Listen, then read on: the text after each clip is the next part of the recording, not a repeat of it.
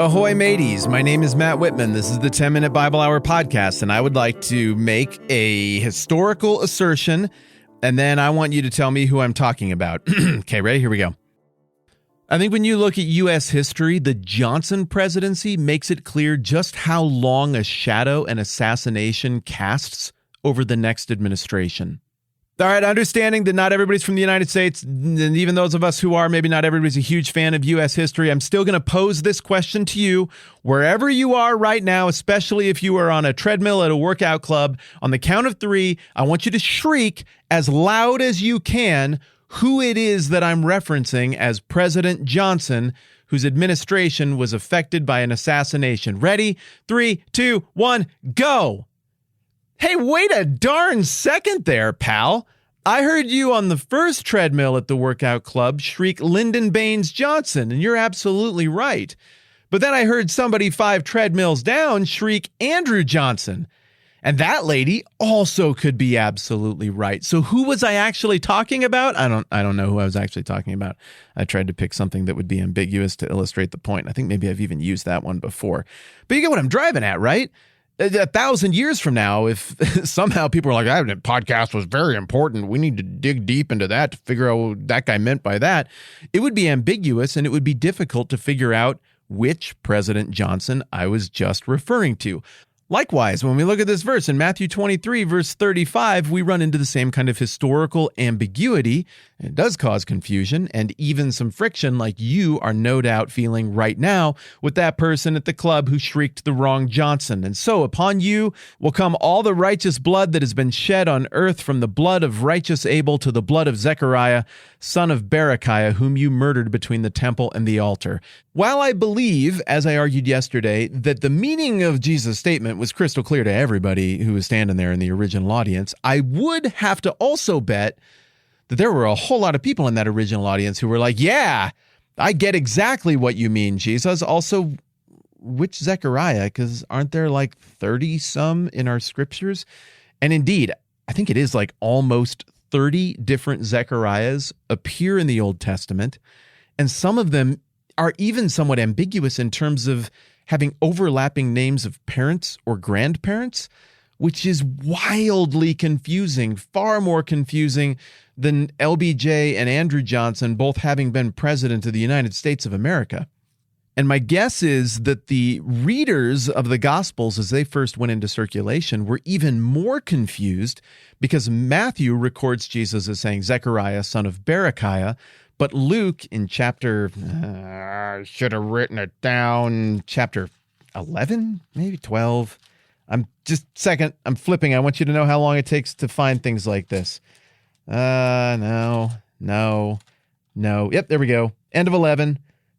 From the blood of Abel to the blood of Zechariah, who was killed between the altar and the sanctuary. So Luke doesn't record Jesus saying that Zechariah is descended from anybody in particular. And all of this gets even more confusing and maybe even high stakes as it possibly strikes to the heart of the reliability of the Gospels, because this Zechariah, son of Berechiah, doesn't look like that's the one who is in view in 2 Chronicles chapter 24.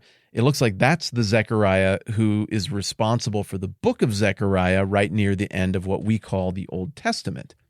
Zechariah chapter 1 verse 1 says, "In the 8th month of the 2nd year of Darius, the word of the Lord came to the prophet Zechariah, son of Berechiah, the son of Iddo."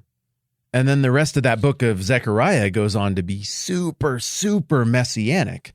So some people might look at that and say, okay, well, the prophetic book of Zechariah, which was written somewhere in the 500s BC, one of the last books of the Old Testament to be written chronologically, since that book is so Messiah heavy, maybe that's exactly who Jesus is referencing in Matthew chapter 23, because everybody in their brains would have associated that Zechariah, son of Berechiah, son of Iddo, with the Messiah. And so then Jesus' remarks would be framed as, your spiritual intellectual tradition is guilty of all the blood dating clear back to Abel and all the way up to the prophet Zechariah, who was prophesying about me. So if you rejected him, it would make sense that you reject me also. But again, we run into that problem of 2 Chronicles chapter 20 is describing like a completely different era in the history of all of this. I said 2 Chronicles 20, 2 Chronicles 24. Why didn't I just I could have just bookmarked that. It would have made everybody's lives better. And now in 1 Chronicles 24, here it is. This is what it actually says, starting in verse 20. Then the Spirit of God came upon Zechariah, son of Jehoiada. Oh, well, that's different than the other Zechariah, the priest. He stood before the people and said, "This is what God says. Why do you disobey the Lord's commands? You will not prosper because you have forsaken the Lord. He has forsaken you." Well, it sounds like the message of John the Baptist or Jesus himself. You brood of vipers. You guys are completely missing the point. But, verse 21, they plotted against him, and by order of the king, they stoned him to death in the courtyard of the Lord's temple. Oh, well, working with the king, these religious leaders have somebody killed in a very public, dramatic way who had called them out. That sounds a little bit John the Baptist-y, and he was just referenced a couple verses ago. Verse 22, King Joash did not remember the kindness Zechariah's father Jehoiada had shown him, but killed his son, who said as he lay dying, "May the Lord see this and call you to account." Meaning that in 2 Chronicles 24, in this instance, you've got this curse is too strong a word, this narrative arc that is still hanging out there that needs to be finished. There's this call for accountability, and this is a righteous person who speaks on account of God, according to the text. And he said, this ain't done. There is an accountability that still is to come. And then we get to chapter 23 of Matthew, and Jesus says, "And so upon you will come all the righteous blood that has been shed on earth."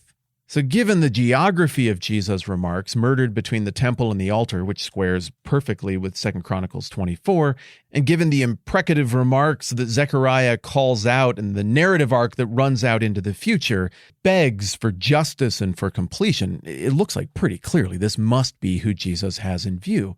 Well, then why is he saying it's the son of Berechiah, who comes along clearly hundreds of years later, and there's just no way to go back and be like, well, maybe the 2 Chronicles 24 Zechariah, maybe Berechiah was also his dad. Okay, I take that back. Maybe it's the same kind of thing where there's like a grandfather or the guy went by two different names, but it doesn't look like that. And this is usually the place where I relieve the tension by being like, okay, well, in the same way that it's pretty easy with one or two more context clues to figure out which President Johnson I'm talking about, so it's pretty easy to sort this one out if we look at one or two more context clues. But I'm not going to say that here. We're doing this whole Matthew project with eyes wide open, which means that we don't get to take cheap little shortcuts to feel better or to relieve tensions. It means we have to dive deep into the questions. Or else, should you be a person of faith in Christ or someone who becomes that, you might end up with this little nagging voice in the back of your head that's like, yeah, all of that makes sense and it all holds together, but what about that one verse and the Zechariah thing? Did Jesus screw up? Did Matthew screw up? And while we might not ultimately get final and satisfactory answers for everything about this 2,000-year-old document we're looking at, that can't come as a result of just abject laziness. If we're here and we're aware of the issue, we got to look at it closely. And it's going to take me 2 episodes to get through that. So we'll dig deeper next time around, not with the objective of messing with people or being disruptive or trying to discredit the Bible, but instead with the objective of being honest with ourselves, honest with what we have in front of us, and doing eyes wide open faith if indeed we are going to do faith at all. More on the possible explanations for the frictions this passage presents next time around. I'm Matt. This is the 10-Minute Bible Hour podcast. Let's do this again soon.